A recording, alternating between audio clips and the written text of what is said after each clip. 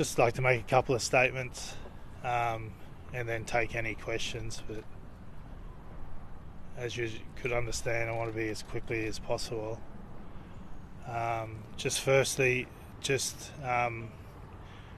everyone's doing well. My wife had her last operation yesterday, so we'll know more in 2 weeks about her arm. But everyone else just got just getting over the wounds and all that kind of stuff. So everyone's on the road to recovery. Really big, on behalf of my family, we just want to say a really big thank you to our friends, families, the community, the general public, people overseas, the rugby community around the world, the outpouring of love and the well wishes from everyone's been unbelievable. I'd just like to thank everyone for keeping us in their thoughts during that time. As a family, very, very grateful and thankful to have that kind of support. So we really appreciate it. Also like to thank the police, the emergency services on that night.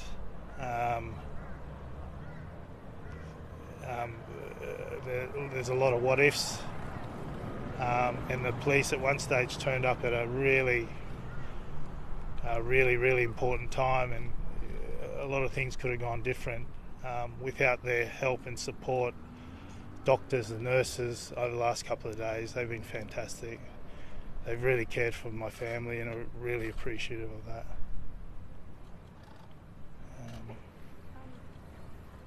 It must have been quite difficult to come home this morning, and have the outpouring of your neighbours that have made the house sparkling. How difficult was it coming this morning? Really apprehensive at the start, but seeing what the family and a lot of people who've been involved in cleaning the house, police again, it looks like a different house compared to the one I left on Monday morning. That was the only thing I was worried about. My kids, they're all here. My wife, she still won't come, hoping maybe tomorrow. Toutai, you've spoken about your family, but how are you feeling personally? How are you doing? Yeah, I'm take it day by day. At times you just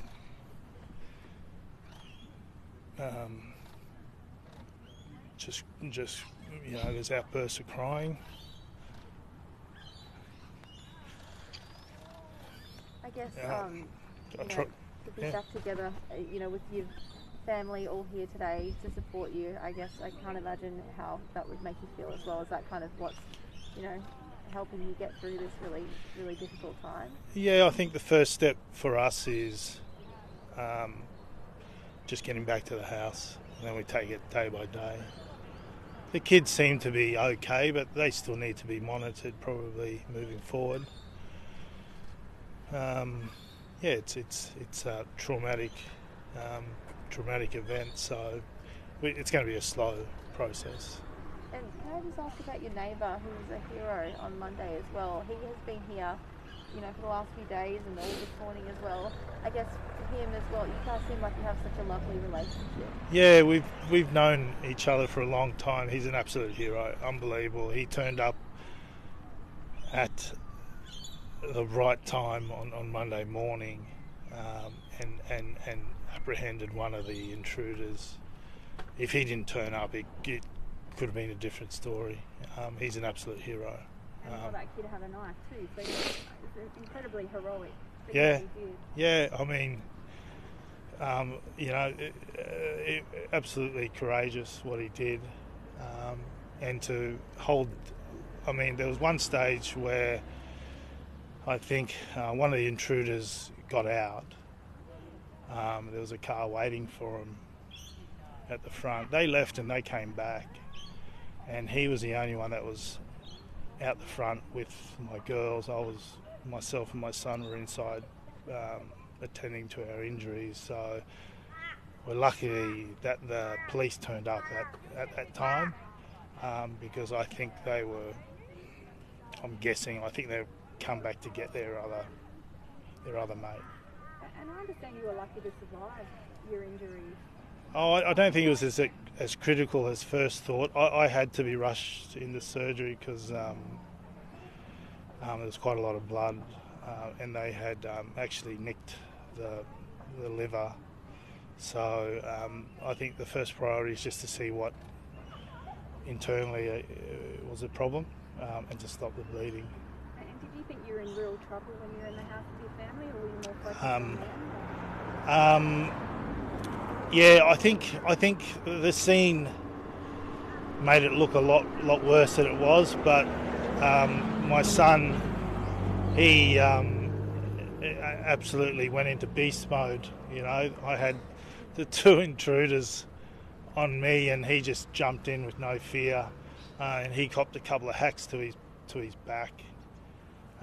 But it could have been certainly a different outcome if he didn't turn up. But he had no thought for his own safety. But we knew that, you know, if we just applied pressure, that the emergency services weren't too far away.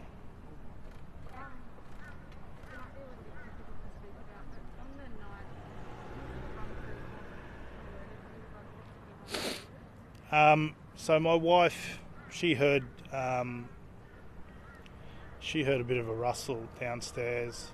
She got up, had a look outside. She noticed a car across the road, but she thought just maybe an Uber driver dropping someone off. Then she went back to bed, and then she heard another.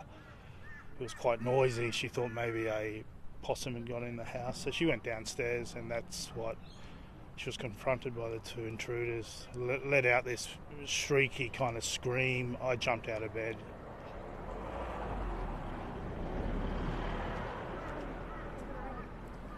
The alleged offenders, they're quite young. Obviously you can't speak directly about that, but how does that make you feel knowing? Oh look, yeah.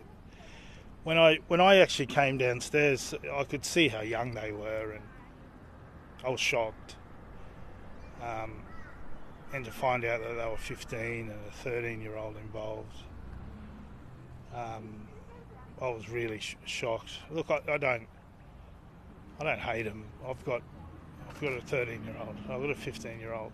I feel sorry for them. I'm just grateful that we all got out. We're alive.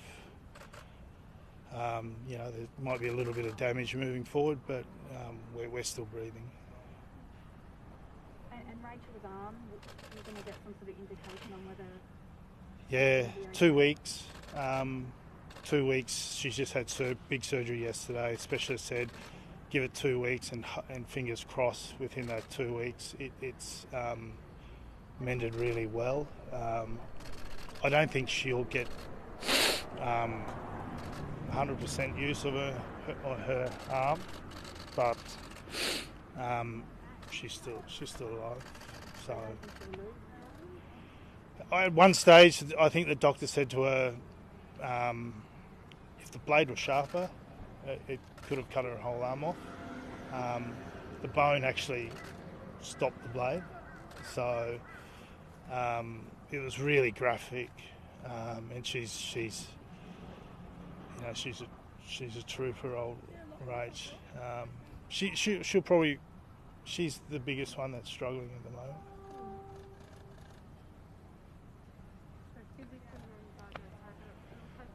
Yeah, it will. It'll be a slow process. We'll take each day as it comes, you know. Every time I talk about my family, I get emotional, but it's just take each day as it comes. Thank you so much. Thank you, guys. Well, Yeah, so I'm going to eat now. So. Well, we're all thinking of you.